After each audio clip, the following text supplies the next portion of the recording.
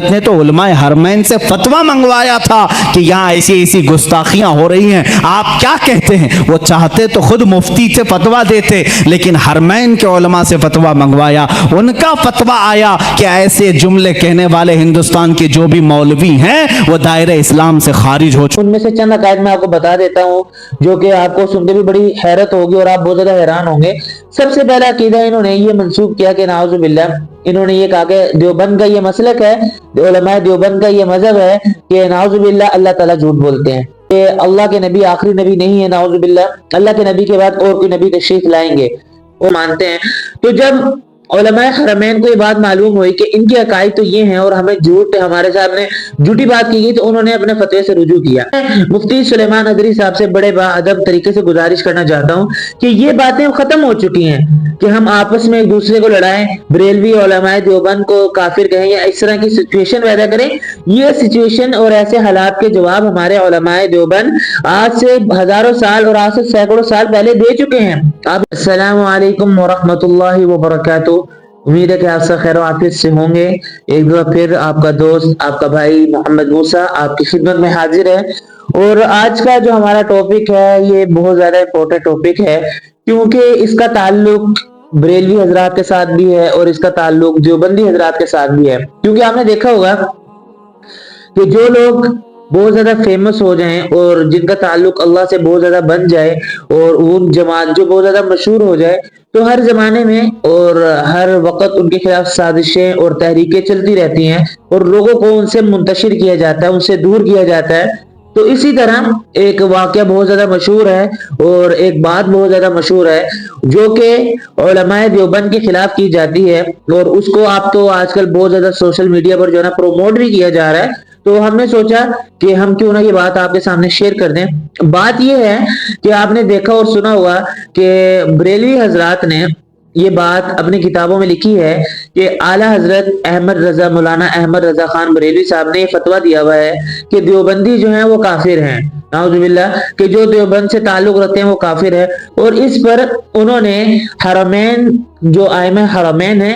حرمین کے جو علماء ہیں، ان سے دستخط بھی کروائے ہوئے ہیں اور انہوں نے ان کا فتویٰ بھی نشر کیا ہوا ہے۔ اور پچھلے دنوں اسی بات کو پروموٹ کرنے کے لیے ایک بریلوی حضرات کے ایک بہت بڑے عالم جو ہیں، وہ شاید غالباً انڈیا کے ہیں، مفتی سلیمان ازری صاحب نے یہ بات آن میڈیا کی، آن یوٹیوب کی، تو جس کی وجہ سے وہ لوگ کہ جن کا تعلق تبلیغی جماعت سے ہے یا مسلک علماء دیوبند سے ہے، اور یا مسلک